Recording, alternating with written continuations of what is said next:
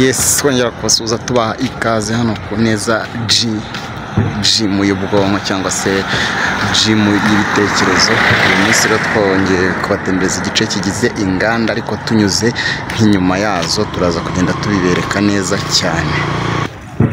Nkuko mubibona icyo ni icyapa cya uyu munsi. Ahantu twaciye hafite ubushobozi butwereka uko igice cy'inganda kinini kingana.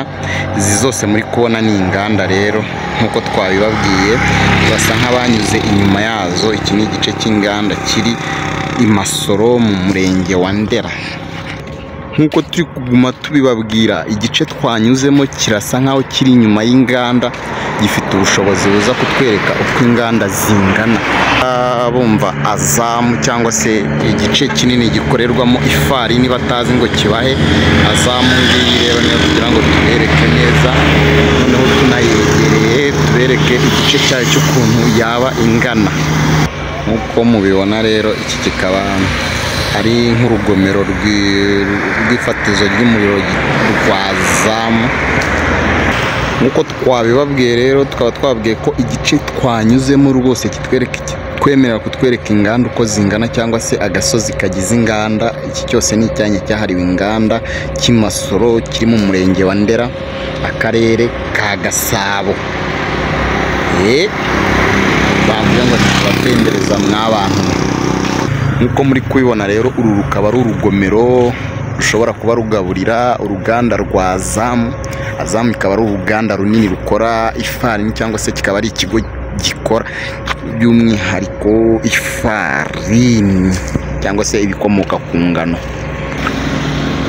Urugomero muri kurubona neza, aho hakurya hose zikaba ari inganda cyangwa se icyanya cyahariwe inganda i Masoro mu murenge wa Ndera, akarere ka Gasabo. Tukaba turimo kwerekeza mu bice bya Musave, cyangwa se ibice biri inyuma y'inganda aho bita i Musave. Nitwagera turaza kubereka rwose. Rero iyo tukaba twayita nka depo cyangwa se tanka ziba zirimo ingano zikoreshwa mu gukora ifarini. Tukaba tukiri ku ruganda rwa Azamu nkuko muri kubona.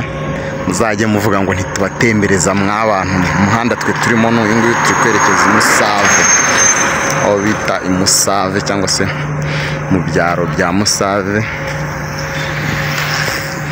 Ndabona kuri Azamu cyangwa se bari kubaka indi geti ku kigo cya Azamu. Iyi ni geti ya kabiri, iya mbere iri hepfo. Nuko twe twanyuze mu muhanda wa ruguru, cyangwa se twazengurutse inyuma y'uruganda. Umuhanda turimo n'uyu, turi kwerekeza i Musave cyangwa se aho bita Musave, naho ni mu murenge wa Ndera, akagari ka Musave, akarere ka Gasabo. Turabatembereza mw'abantu mwe. Tanka z'uruganda rwa Azamu zo muri kuzibona, katuzibazumingire muzibone. Nkuko muri kubibona rero, iki kikaba ari icyapa imodoka zihagararaho zigiye i Musave. Ndakeka nta myaka myinshi ishize ibi bibaye, cyangwa se hano bahashyize ibikorwa remezo. Hari nk'abantu baba diaspora baragiye bagasiga hano hatarubakwa inganda, ari ibihuru. Turabizi ukuntu muri za 2013 hari hameze, ryari ishyamba banaragiramo inka.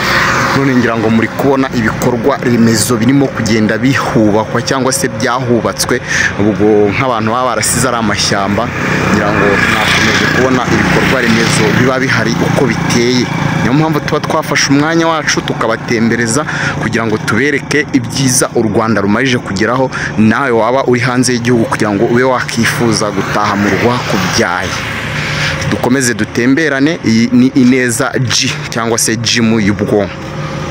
Tukaba tugeze kuri ya kaminuza mujya mubona iri mu nganda, akaba ari na cya cyapa twatangiriyeho cyanditseho Africa. Ngira ngo nimba nasomye neza, kaminuza cyangwa se amarembo yayo naya, akaba yita Alu.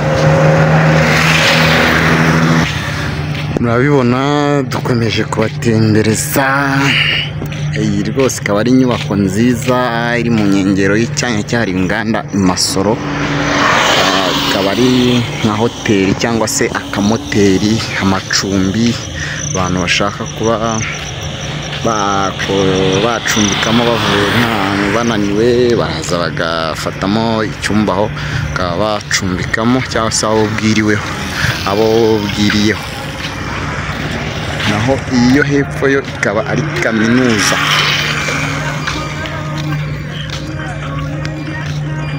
Tukaba tugeze muri ya santere twahoze tubabwira ya Musave. Uru rukaba ari urugomero rw'amazi cyangwa se ikusanyirizo ry'amazi, rikaba riherereye i Musave.